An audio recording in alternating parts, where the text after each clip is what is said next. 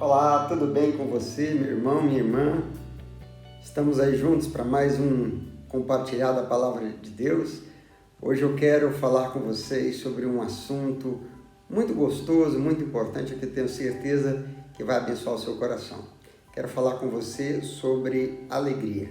Mas eu queria te perguntar como que está o seu coração nesses dias aí que você está vivendo meio que uma prisão domiciliar, né? Que você está fechado dentro de casa.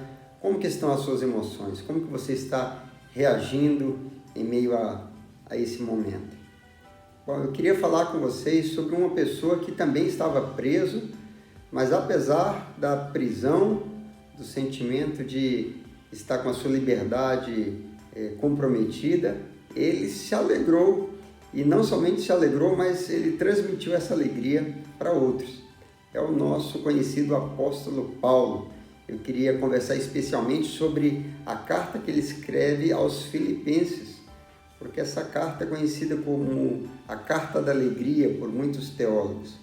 E se você lembra, Paulo foi ele quem fundou a igreja ali de Filipos, né, por volta do ano 60, ele escreveu essa carta, deveria ser ali o 6º ano de Nero, e aquela igreja que ele fundou, depois de ter tido aquela visão da Macedônia, ter pregado o evangelho, Lídia se converte, depois o carcereiro e toda a família, aquela igreja nasce, cresce, aquela igreja desenvolve uma grande afeição pelo apóstolo Paulo.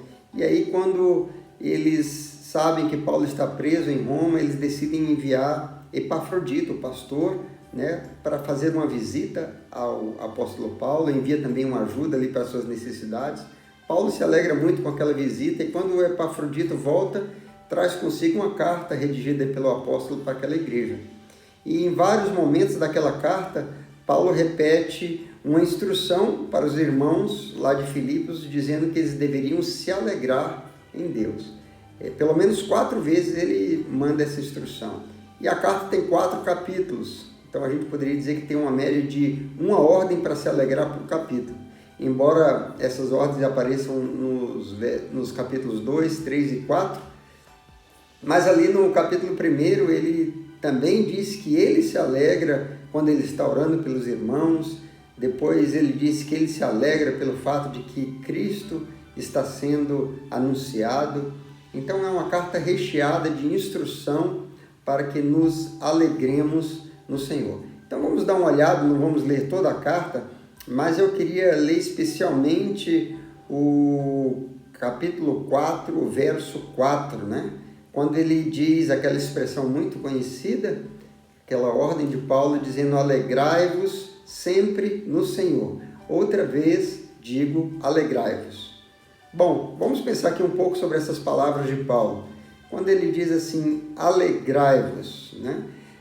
Esse momento é um momento que tantos sentimentos estão aí permeando o coração das pessoas, estão dominando, controlando sentimentos de medo, sentimentos de preocupação, sentimentos de ansiedade, sentimentos de frustração, sentimentos de raiva, quem sabe, né? Sentimentos mais variados, sentimentos de tédio. E em meio a essa situação de dificuldade e limitação, a gente precisa cuidar do nosso coração.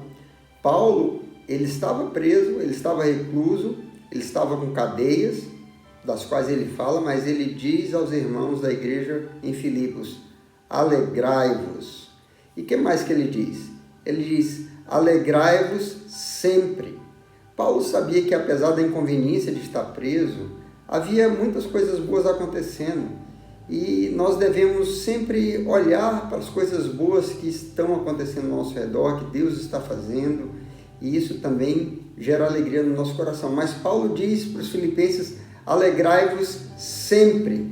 Então essa palavra sempre no grego é pantote, significa em todos os momentos, em todas as circunstâncias. Tem um cântico que nós cantamos muito, né, que diz, te louvarei, não importam as circunstâncias. Então esse deve ser o comportamento do cristão genuíno, autêntico, que leva uma vida com o Senhor. Mas quando Paulo diz, Alegrem-se sempre. Nós aprendemos algo muito interessante que Paulo fala ali. Nós aprendemos que essa alegria da qual Paulo está falando para os filipenses não é um sentimento, mas é uma escolha que deve ser feita. É uma decisão que deve ser tomada a cada dia, a cada momento, não importa a situação ou a circunstância. Quer ver como é isso? Veja lá no versículo 11 do capítulo 4, Paulo vai nos revelar isso. Ele diz assim: digo isto não por causa da pobreza, porque aprendi a viver contente em toda e qualquer situação. Perceba que ele usa a palavra aprendi. Ou seja, tem outra versão que diz: aprendi o segredo de viver contente em toda e qualquer situação, mesmo estando preso, mesmo com limitações. Sabe, queridos, nós precisamos aprender, praticar, desenvolver essa atitude, essa escolha a cada dia de ordenar a nossa alma, o nosso coração que se alegre. Não é um sentimento, nós não podemos ficar refém de sentimentos, mas nós podemos alinhar o nosso coração baseado numa escolha que nós fazemos a cada dia de nos alegrarmos. Mas Paulo diz: alegrai-vos sempre, em toda circunstância, em todo tempo, em todas as ocasiões, no Senhor. Aí está também a razão da alegria de Paulo, porque se nós ficarmos olhando para circunstâncias desfavoráveis, para aquilo que é contrário aos nossos planos, para aquilo que tem frustrado as nossas expectativas, não tem como nós nos alegrarmos em todos os momentos. Mas quando Paulo diz no Senhor, ele está tirando o olhar, o foco das circunstâncias, e ele está pensando na pessoa maravilhosa, no nosso Deus bondoso, provedor, no nosso Deus cheio de graça, de misericórdia, aquele que nos protege, aquele que não esquece de nós, aquele que tem promessas maravilhosas para a nossa vida, aquele que tem todos os nossos dias contados e determinados. Então, quando você olha para o Senhor, quando você pensa nessa pessoa maravilhosa que está conosco em todo o tempo, que prometeu que nunca nos deixaria, é claro que o seu coração vai se encher de alegria. Esse era o exercício que Paulo fazia, quando eles aprendiam o segredo de viver contente em toda e qualquer situação. Qual era o segredo? Ele se lembrava do Senhor, ele pensava no Senhor, ele conversava com o Senhor, ele desenvolvia a sua comunhão com o Senhor, a despeito de toda e qualquer circunstância. Ele aprendeu esse segredo, desenvolveu essa prática, treinou e passou a determinar que o seu coração se alegrasse em toda e qualquer situação. É o que o profeta Abacuque também fez. Quando ele tem uma visão de um cenário devastador, de um cenário desfavorável, de um cenário muito caótico, ele tira os olhos do cenário, ele sabe aquilo ali, o que ele está vendo, mas ele escolhe se alegrar em Deus. Ele se lembra do Deus da sua salvação. Vamos ver o que ele diz? Está lá em Abacuque, capítulo 3, versos 17 e 18. Olha só as palavras dele.